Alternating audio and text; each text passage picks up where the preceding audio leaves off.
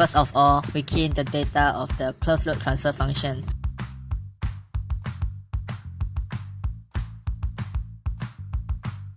As usual, the transfer function is based on the active vibration control system.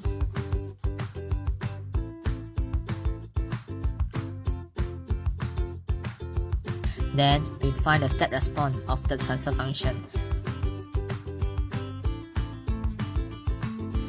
From here, we can see the characteristic of the step response, such as the overshoot percentage, settling time, and the final value.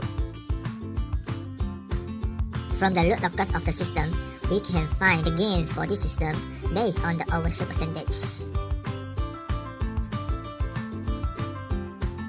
Next, we add the controller by adding a 0 with value very near to 0 and a pole at the 0 with the system.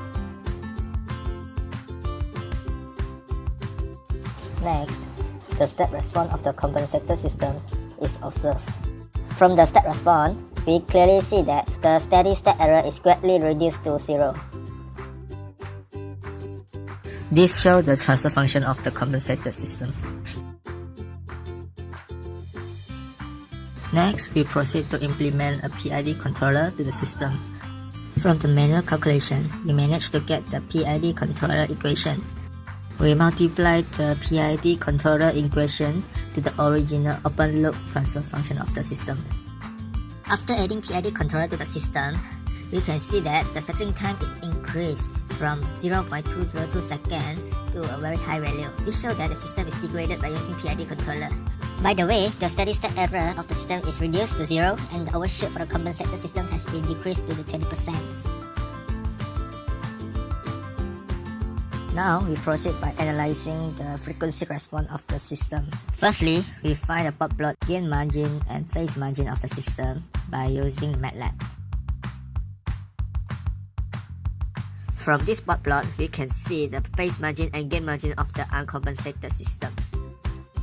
After some manual calculations, we obtain the compensated transfer function to the system. Then, we multiply the equation with the original transfer function to get the compensated system transfer function.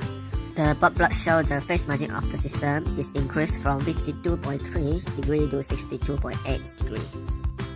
However, the step response of the compensated system shows that the overshoot percentage is reduced to 27.5% but not 20% as required. In conclusion, PI controller yield the best result in fulfilling the specification required, which are 20% as the overshoot percentage and 0 steady state error. PID controller also managed to fulfill this condition, but the settling time is too high. By using frequency response method, lag compensator failed to reduce the overshoot of the system to 20%. However, there is a small increase in settling time by producing a larger phase margin and having the same value of steady state error as the uncompensated system.